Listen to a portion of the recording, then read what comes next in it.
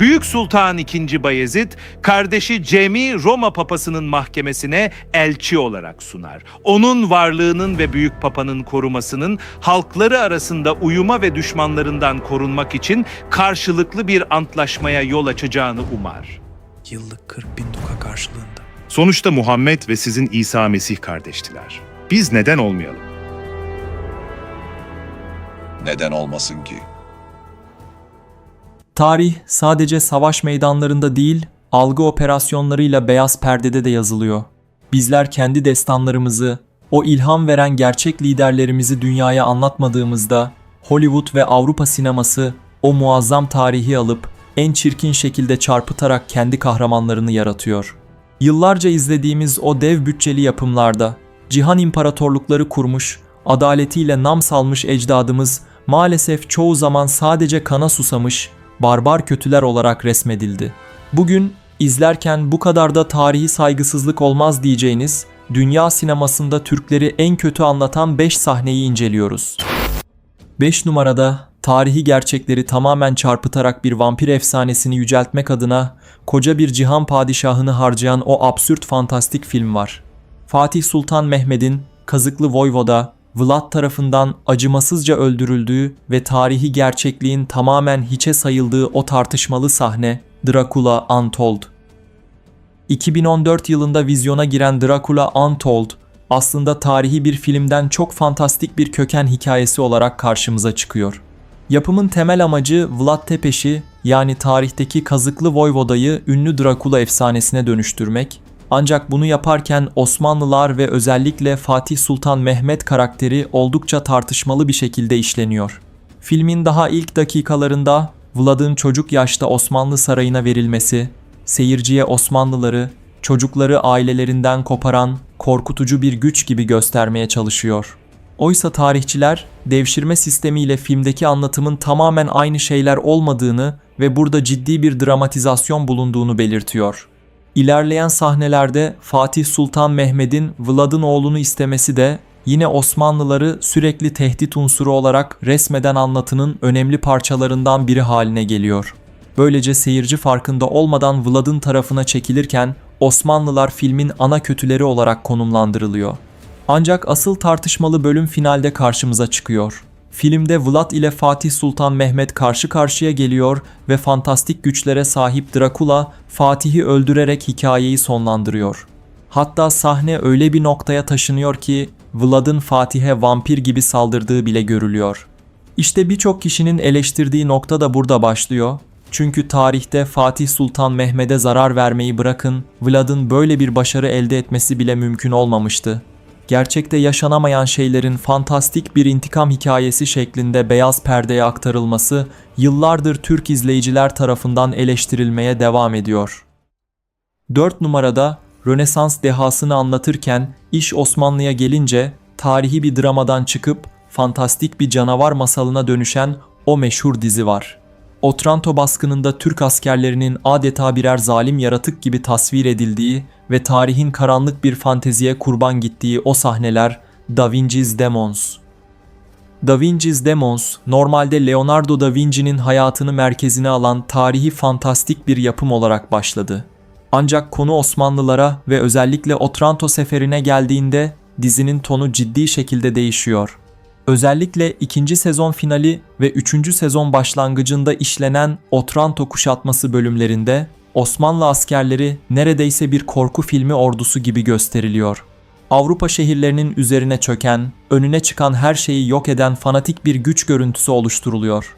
Dizide bazı karakterlerin Osmanlılar hakkında yaptığı konuşmalarda, fethedilen bölgelerde kadınların katledildiği, insanların köleleştirildiği ve şehirlerin tamamen yok edildiği gibi oldukça ağır iddialar yer alıyor. Hatta bazı sahnelerde Osmanlı yöneticilerinin sadece para ve çıkar üzerinden hareket eden kişiler olarak gösterildiği görülüyor. Elbette bir televizyon dizisinin %100 tarih kitabı gibi davranması beklenemez, ancak birçok tarih meraklısı dizinin bu noktada dramatizasyon ile propaganda arasında gidip geldiğini düşünüyor. Çünkü gerçek Otranto seferinin çok daha karmaşık siyasi nedenleri bulunurken, yapım çoğu zaman Osmanlıları Avrupa'yı kana bulayan fanatik işgalciler gibi göstermeyi tercih ediyor. Bu nedenle Da Vinci's Demons, kaliteli yapısına rağmen Osmanlı tasvirleri konusunda en çok eleştirilen yabancı dizilerden biri olarak gösteriliyor. 3 numarada Avrupa'nın en entrikalı ailelerinden birini işlerken, koskoca bir Osmanlı şehzadesini siyasi bir piyon olarak en alt perdeden resmeden o tarihi drama var. Cem Sultan'ın Papa'nın yanında küçük düşürüldüğü, çaresiz ve son derece aciz bir figür olarak ekranlara yansıtıldığı o talihsiz sahne The Borgias. The Borgias, Rönesans döneminin en entrikalı ailelerinden biri olan Borgia hanedanını anlatan oldukça başarılı bir yapım. Ancak iş Şehzade Cem Sultan'a geldiğinde dizinin tarihsel yaklaşımı birçok kişi tarafından tartışmalı bulunuyor. Gerçek tarihte Cem Sultan yalnızca bir taht adayı değil, aynı zamanda son derece eğitimli, şiirle ilgilenen, diplomasi bilen ve Avrupa saraylarında saygı gören bir Osmanlı şehzadesiydi. Fakat dizide gördüğümüz Cem Sultan bundan oldukça farklı bir portre çiziyor. Papa'nın yanında bulunan sahnelerde sürekli yönlendirilen, kendi kararlarını alamayan ve olayların akışına kapılan pasif bir karakter olarak gösteriliyor. Özellikle Papa'nın siyasi oyunları karşısında tamamen çaresiz görünmesi, Osmanlı hanedanının güçlü imajını zedeleyen sahneler arasında gösteriliyor. Bu nedenle birçok tarih meraklısı, tarihin en eğitimli ve en dikkat çekici Osmanlı şehzadelerinden biri olan Cem Sultan'ın dizide gereğinden fazla zayıf ve iradesiz gösterildiğini düşünüyor. Belki tamamen kötü bir karakter olarak yazılmıyor, ancak sahip olduğu tarihsel ağırlığın çok altında bir portre çizildiği konusunda geniş bir görüş birliği bulunuyor. 2 numarada Viyana kapılarındaki o büyük kuşatmayı anlatırken Osmanlı sadrazamını tek boyutlu bir kötü adama indirgeyen o Avrupa yapımı film var. Merzifonlu Kara Mustafa Paşa'nın aşırı abartılı bir tehdit konuşması yaptığı ve sadece kana susamış bir zalim olarak gösterildiği o sahne The Day of the Siege. 2012 yapımı The Day of the Siege, Viyana kuşatmasını Avrupa perspektifinden anlatan büyük bütçeli bir tarih filmi. Ancak film boyunca Osmanlı tarafının ele alınış biçimi oldukça tek yönlü bulunuyor. Özellikle Merzifonlu Kara Mustafa Paşa karakteri neredeyse bütün hikayenin ana kötüsü haline getiriliyor. Filmde kibirli, zalim, acımasız ve yalnızca fetih hırsıyla hareket eden bir lider olarak resmediliyor. Oysa tarihçiler Kara Mustafa Paşa'nın sadece askeri bir komutan değil, aynı zamanda dönemin en önemli devlet adamlarından biri olduğunu hatırlatıyor. Film ise bu karmaşık karakteri oldukça yüzeysel bir kötü adam kalıbına sıkıştırıyor. İncelediğimiz sahnede yaptığı tehdit konuşmaları ve Avrupa'yı yok etmeye çalışan bir figür gibi sunulması da bu algıyı güçlendiriyor.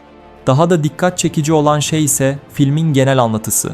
Çünkü hikaye boyunca Hristiyan Avrupa medeniyeti kurtarılması gereken taraf olarak gösterilirken, Osmanlı ordusu ise adeta medeniyetin karşısındaki karanlık güç gibi resmediliyor.